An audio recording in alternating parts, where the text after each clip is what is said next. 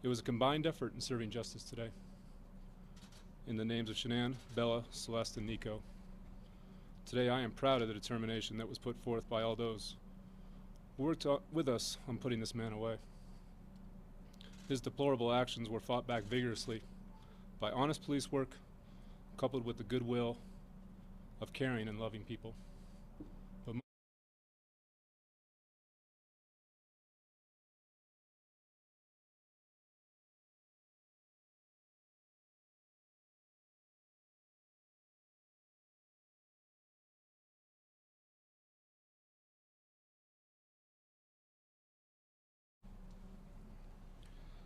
As you all, I'm sure, are aware, the defendant in this case this morning was sentenced to 3 consecutive life sentences, plus a 48-year sentence for the unlawful termination of a pregnancy as it relates to Nico Watts. He was also sentenced to 12 years on each of the 3 Class 3 felonies for unlawful tampering with a deceased body, those being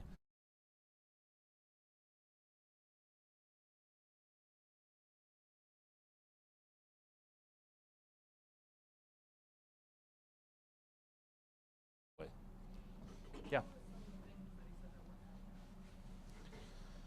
Well, everything from the fact that she was, they were still in bed sleeping when he left the home in the early morning hours to go to work, yet her vehicle was still there, her car keys were still there, her wallet, her purse, her cell phone, which she never went anywhere without, were all still inside the home. The home, when law enforcement arrived, was locked up tight from the inside. The only way that the law enforcement could get in was getting Mr. Watts there with a garage door opener to let law enforcement in. There was no way anyone was going to get into that house as a stranger, do something to that family, and get back out and leave the house locked up in that manner. I think that was probably the most compelling thing that struck law enforcement almost immediately. Yeah.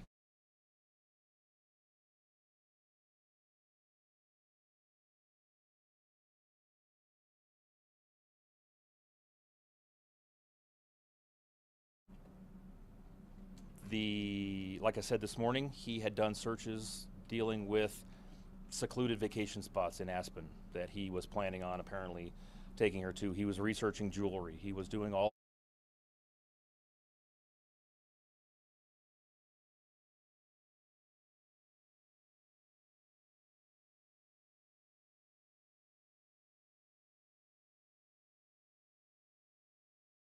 Master bedroom bed did not have sheets on it.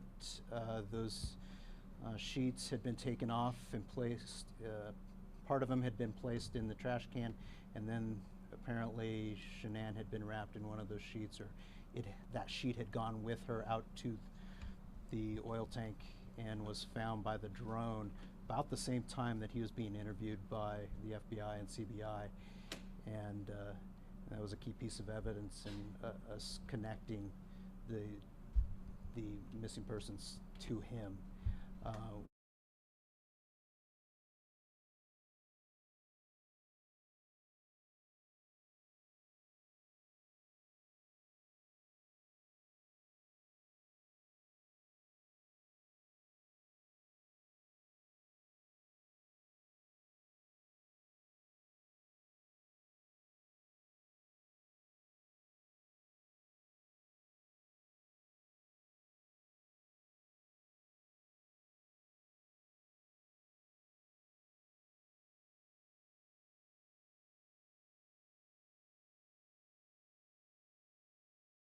that, she knew that there was a lot of suspicious behavior.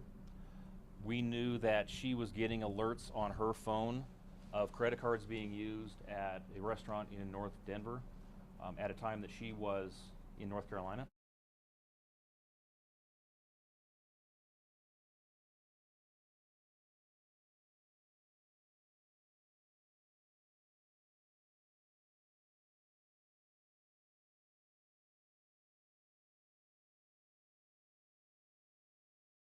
From our perspective, justice was more than served this morning. The defendant is now headed exactly where he belongs, which is a life sentence in prison without the possibility of parole. So I'm happy to take questions.